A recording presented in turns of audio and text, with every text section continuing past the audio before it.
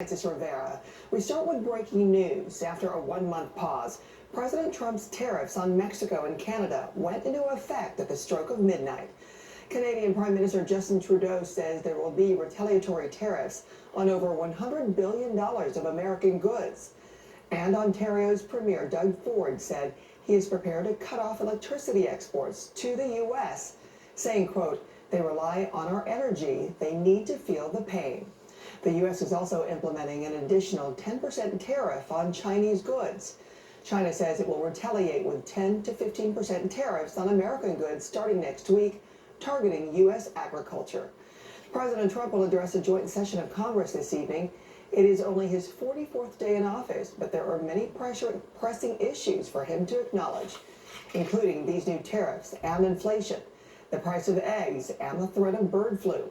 Also, massive federal job cuts led by Doge and Elon Musk, the measles outbreak spreading in Texas, and U.S. foreign policy in Ukraine and Russia. For more on the fallout from today's tariffs, NBC's Christine Romans kicks off our coverage. 25% tariffs on Canada and Mexico seem all but certain. The tariffs, they're all set. They go into effect tomorrow. American auto companies bracing for big new costs. This factory in Livonia, Michigan, churns out 205 million auto parts a year. This will get put into one of our nut assemblies. Chuck Dardis is president and COO. He buys 30% of his materials from Canada. Chuck, tariffs on Canadian goods mean what for you and your business? It means dramatically increased costs that we might not be able to recover. The auto industry more sensitive to tariffs than most. It relies on cross-border tariff-free trade, rules written in President Trump's first term. The new tariffs inject big new costs and uncertainty into a supply chain still grappling with higher than normal inflation. It's very alarming to us and many, many, many others. Tariffs are taxes paid at the border by importers who either eat the cost themselves or pass some or all of it onto their customers and ultimately consumers.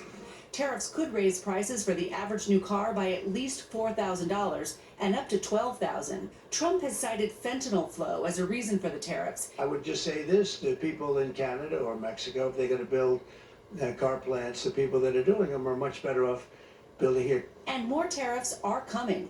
On March 12th come new duties on steel and aluminum. The president has threatened the European Union and virtually every American trading partner. For now, high anxiety here in the auto industry, where parts and components in a completed car or truck have likely crossed borders multiple times. This isn't a wrinkle in your business. This is... Oh, this is not a wrinkle. And it's a wicked problem. Christine Romans, NBC News, Livonia, Michigan. New this